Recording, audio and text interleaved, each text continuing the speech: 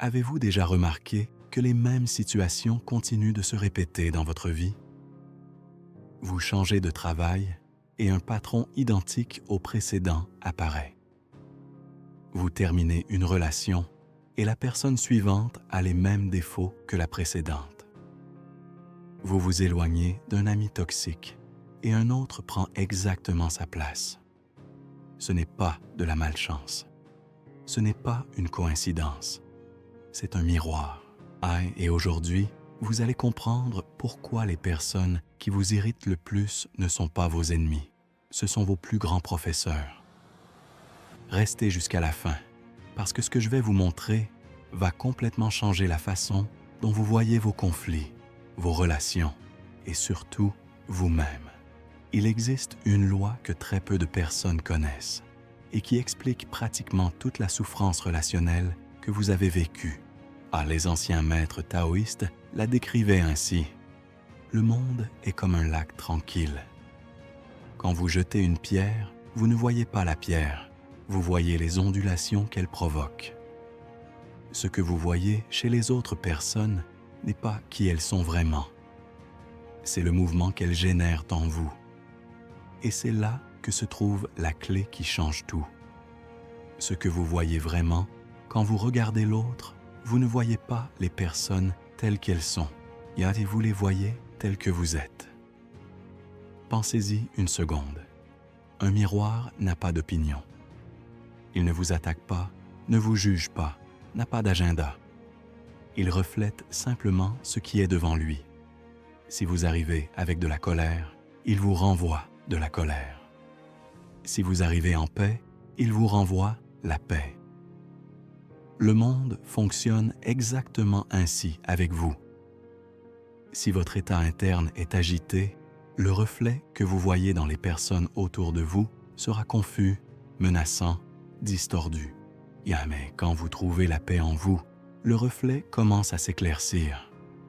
Non pas parce que le monde a changé du jour au lendemain, mais parce que vous avez changé la lentille à travers laquelle vous le voyez.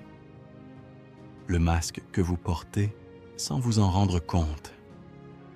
Saviez-vous que le mot « personne » vient du latin « persona », qui signifiait à l'origine « masque de théâtre ».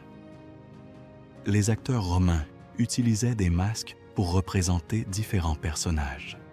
Et c'est exactement ce que nous faisons tous chaque jour, sans nous en rendre compte. Depuis enfant, vous avez appris que certaines parties de vous étaient acceptables et d'autres non. Vous avez appris à vous comporter d'une certaine façon pour recevoir amour, approbation, sécurité. Vous avez construit une image, le fils obéissant, l'employé efficace, l'ami drôle, la personne forte qui n'a jamais besoin d'aide. Mais cette image n'est pas votre vérité complète, et c'est seulement la version que vous croyez que le monde veut voir. Et le problème n'est pas d'avoir ce masque. Le problème est d'oublier qu'il existe. Quand vous vous confondez complètement avec lui, toute personne qui menace cette image vous semble une attaque personnelle. Vous réagissez avec violence émotionnelle parce qu'au fond, vous sentez que votre survie est en jeu. Quel masque portez-vous? Qui vous êtes-vous convaincu de devoir être pour être aimé, respecté, accepté? L'ombre qui vit en vous. Carl Jung, l'un des plus grands psychologues de l'histoire, avait une idée révolutionnaire. Tout ce que vous réprimez de vous-même ne disparaît pas. Cela va habiter dans un endroit qu'il appelait l'ombre. Et cette ombre ne reste pas tranquille. Elle se projette dans le monde. Vous la voyez chez les autres. Votre ego construit une identité. Je suis une personne patiente. Je suis généreux. Je ne suis pas égoïste. Mais pour maintenir cette identité, il vous avez dû nier d'autres parties de vous. Vous avez réprimé votre impatience, votre avarice, votre égoïsme naturel. Ces parties n'ont pas disparu. Elles sont devenues votre ombre. Et voici la partie fascinante. Tout ce que vous niez en vous-même, vous commencez à le voir exagéré chez les autres. Si vous avez réprimé la colère Parce que vous avez appris que les bonnes personnes ne se mettent pas en colère, les personnes en colère vous paraîtront insupportables, presque offensantes à un niveau viscéral. Pourquoi? Parce qu'elles expriment exactement ce que vous ne vous permettez pas. Pensez à ces personnes que vous connaissez, qui passent leur temps à critiquer les gens égoïstes, qui parlent en mal de ceux qui pensent d'abord à eux-mêmes. Le jugement est féroce et constant. Mais si vous observez de près, ces mêmes personnes vivent épuisées, donnant sans cesse, ne demandant jamais rien pour elles-mêmes. Et au fond, il y a un ressentiment qui grandit en silence. Il y a une partie d'elle qui veut aussi dire non, qui veut prioriser ses propres besoins. Mais comme elles ne se le permettent pas, elles projettent cette partie réprimée sur les autres et les condamnent pour l'exprimer. Quels comportements chez les autres vous paraissent absolument intolérables? Pas seulement gênants, mais presque offensants. C'est là que se trouve votre ombre qui vous appelle. Or, le jugement est toujours une confession. Chaque fois que vous jugez quelqu'un, vous confessez quelque chose sur vous-même. Le jugement n'est pas une déclaration sur l'autre. C'est une révélation de votre propre blessure, de votre propre conflit interne, de votre propre ombre. Il existe une différence entre discerner et juger. Le discernement est neutre. Cette personne a ce comportement et je préfère garder mes distances. Le jugement a une charge émotionnelle. Comment peut-elle être ainsi? C'est inadmissible. Cette charge émotionnelle est le signal.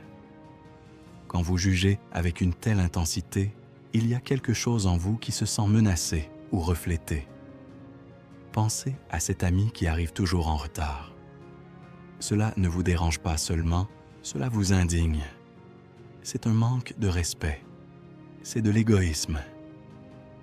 Mais si vous vous arrêtez et explorez honnêtement ce jugement, vous découvrez peut-être que vous vivez obsédé par la ponctualité, que vous vous êtes forcé toute votre vie à arriver tôt, même quand vous ne le vouliez pas, qu'il y a une partie de vous qui envie cette liberté de votre ami, cette capacité de ne pas être esclave de l'horloge. Mais comme vous ne vous le permettez pas, vous en faites un défaut moral chez l'autre. Le jugement est toujours une confession. Je me contrôle tellement sur ce point que ça me fait mal de voir quelqu'un qui ne le fait pas. Écoutez vos propres jugements, non pas pour les éliminer, mais pour les utiliser comme information. Chaque jugement fort est une porte vers votre intérieur. Vous ne réagissez pas aux faits. Vous réagissez à l'histoire que vous inventez à leur sujet. Entre ce qui se passe et votre réaction, il existe un espace. Dans cet espace vit votre esprit qui interprète, donne du sens, crée un récit. Quelqu'un ne vous salue pas dans la rue, c'est le fait objectif. Mais votre esprit crée immédiatement une histoire. Il m'a ignoré. Il est en colère contre moi. Je ne lui plais pas. Quelle grossièreté! Chacune de ces interprétations génère une émotion différente. Et aucune d'elles n'est nécessairement vraie. Peut-être que cette personne était distraite, préoccupée, mal reposée. Mais vous avez déjà réagi. Non pas aux faits, mais à l'histoire que vous avez créée. Les taoïstes parlaient du wu-wei, une action qui surgit de la perception directe de la réalité, non des projections mentales sur elle. L'esprit sage est comme un miroir. Il reçoit, mais ne retient pas. Il ne s'accroche pas au passé et ne le projette pas dans le présent.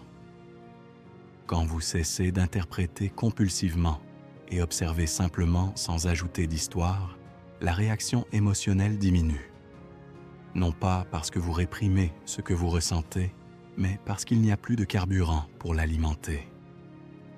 Ce que vous donnez est ce que vous recevez. Le monde n'est pas un endroit neutre qui vous fait des choses. C'est un système de rétroaction. Il vous renvoie l'énergie que vous émettez, non pas de façon magique ou ésotérique, de façon pratique et psychologique. Si vous traversez la vie avec méfiance, en attendant d'être trahi, votre comportement devient défensif. Vous ne vous ouvrez pas, vous ne vous montrez pas, vous gardez vos distances. Et les gens ressentent cette énergie. Ils répondent avec prudence, avec distance, confirmant votre croyance que personne n'est digne de confiance. Ce n'est pas de la culpabilité, c'est de la responsabilité. Il existe une énorme différence entre les deux. La culpabilité implique que vous méritiez ce que vous avez reçu. La responsabilité reconnaît que votre énergie interne contribue au type d'expérience que vous attirez et créez. Observez les schémas qui se répètent dans votre vie. Ne vous demandez pas pourquoi me font-ils ça. Demandez-vous, qu'est-ce que je donne qui génère ce retour? Comment est-ce que je me parle intérieurement? Avec quel ton interne est-ce que je vis? C'est l'énergie que vous émettez. Et le monde vous la renvoie multipliée. La violence commence en vous. Avant que quelqu'un vous blesse, vous vous êtes déjà blessé. La violence externe n'est que l'écho de la violence interne. Et la violence interne la plus commune n'est pas la haine de soi. C'est vous forcer constamment à être différent de ce que vous êtes. Combien de fois par jour exigez-vous de vous-même d'être plus productif, plus discipliné, plus fort, plus accompli? Combien de fois niez-vous votre besoin de repos, d'expression émotionnelle, d'authenticité? Je ne devrais pas ressentir ça. Je dois faire plus d'efforts. J'ai besoin d'être meilleur. C'est de la violence. Elle n'est pas physique, mais elle est réelle. C'est la guerre constante entre ce que vous êtes et ce que vous croyez devoir être. Et quand vous vivez en guerre interne, vous projetez la guerre vers l'extérieur. Vos relations deviennent des champs de bataille parce que vous êtes déjà en bataille contre vous-même. Le principe central du Tao est le Wu Wei, ne pas forcer. Cela ne signifie pas ne pas agir. Cela signifie agir depuis le flux naturel, non depuis la coercition.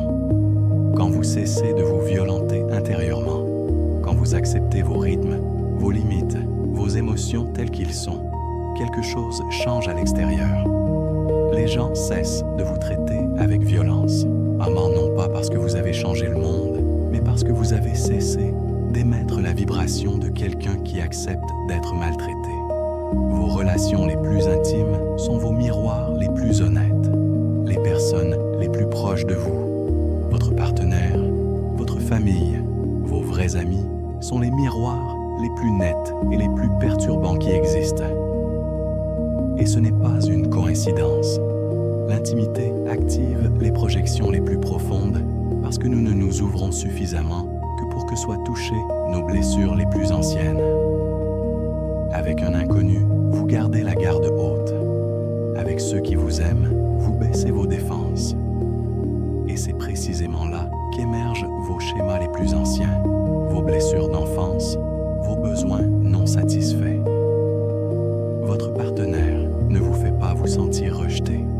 Il active votre ancienne blessure de rejet, qui vient probablement de bien avant qu'il entre dans votre vie. Votre mère ne vous rend pas fou. Elle appuie sur des boutons qu'elle a elle-même installés il y a des décennies. Votre meilleur ami n'est pas insensible.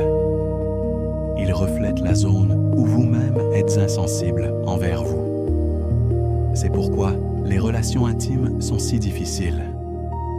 Non pas parce que les personnes proches sont pires que les étrangers, mais parce qu'elles sont de meilleurs miroirs. Elles vous montrent avec plus de clarté ce que vous avez besoin de voir. Quand vous commencez à voir les personnes autour de vous comme des professeurs inconscients, comme des miroirs placés stratégiquement par la vie, tout change. Elles cessent d'être des obstacles à votre paix et deviennent le chemin vers elle. Le conflit est une invitation, pas une punition. Chaque conflit, chaque personne qui vous irrite, chaque situation qui vous sort de votre centre est une invitation. Il n'y a pas une condamnation. une opportunité de mieux vous connaître, de voir ce qu'il y a en vous qui demande attention, intégration, guérison. Normalement, quand un conflit surgit, toute votre énergie va vers l'extérieur. Qu'est-ce que cette personne a fait? Comment puis-je me défendre? Comment puis-je avoir raison? Mais la loi du miroir vous invite à inverser la direction de l'attention. Au lieu de vous demander ce qu'elle m'a fait, demandez-vous, qu'est-ce que cela me montre? Mais cela ne signifie pas que vous devez tolérer les abus. Vous pouvez et devez établir des limites et vous éloigner des situations nuisibles. Mais même dans ces cas, il y a une information précieuse dans votre réaction. Pourquoi avez-vous accepté ce traitement? Quelle croyance sur vous-même a permis cette dynamique? Le conflit n'est pas votre ennemi. L'inconscience l'est. Le conflit conscient est transformateur parce qu'il révèle des couches de vous-même qui restaient cachées. Pensez à un lac, et quand l'eau est agitée, le reflet est confus, distordu, impossible à interpréter. Mais quand le vent cesse et que l'eau se calme, le reflet devient parfaitement clair. Vous voyez chaque détail, chaque nuance, chaque vérité reflétée avec précision. C'est ce qui se passe quand vous faites la paix avec vous-même. Quand vous cessez de vous forcer, de vous critiquer, de vous nier, d'exiger de vous d'être différent de ce que vous êtes. L'eau de votre être se calme et le reflet que vous voyez dans le monde devient clair. Pendant des années, vous avez combattu des reflets. Vous avez essayé de changer l'image dans le miroir en bougeant les mains devant lui, en espérant que le reflet se comporte différemment. Mais le miroir ne peut montrer que ce qui est devant lui. Chaque personne difficile dans votre vie, chaque situation qui vous perturbe, chaque réaction émotionnelle que vous ne pouvez pas contrôler, tout cela est de l'information, des données précieuses sur vous-même, des coordonnées exactes qui pointent vers l'endroit où se trouvent vos blessures, vos croyances limitantes, vos schémas non résolus. La loi du miroir n'est pas venue vous culpabiliser, elle est venue vous rendre votre pouvoir. Vous n'êtes pas une victime passive des circonstances extérieures.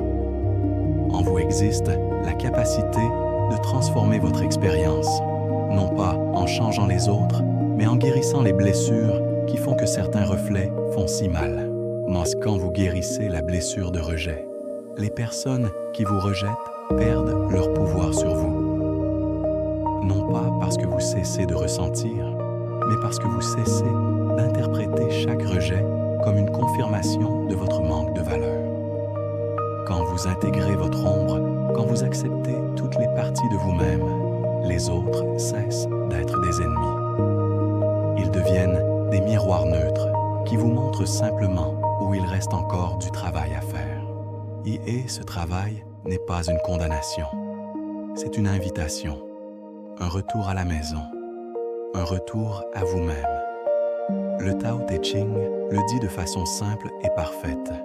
Quand vous vous acceptez, le monde entier vous accepte, pas l'inverse. N'attendez pas que le monde vous accepte d'abord pour vous accepter. Commencez par vous. Le reflet suivra. Dites-moi maintenant dans les commentaires, quelle personne ou situation dans votre vie est en ce moment votre miroir le plus clair? À qu'est-ce que vous pensez qu'elle est venue vous montrer? Si ce contenu vous a touché, partagez-le avec quelqu'un qui, vous le savez, a besoin de le voir. On se retrouve dans la prochaine vidéo.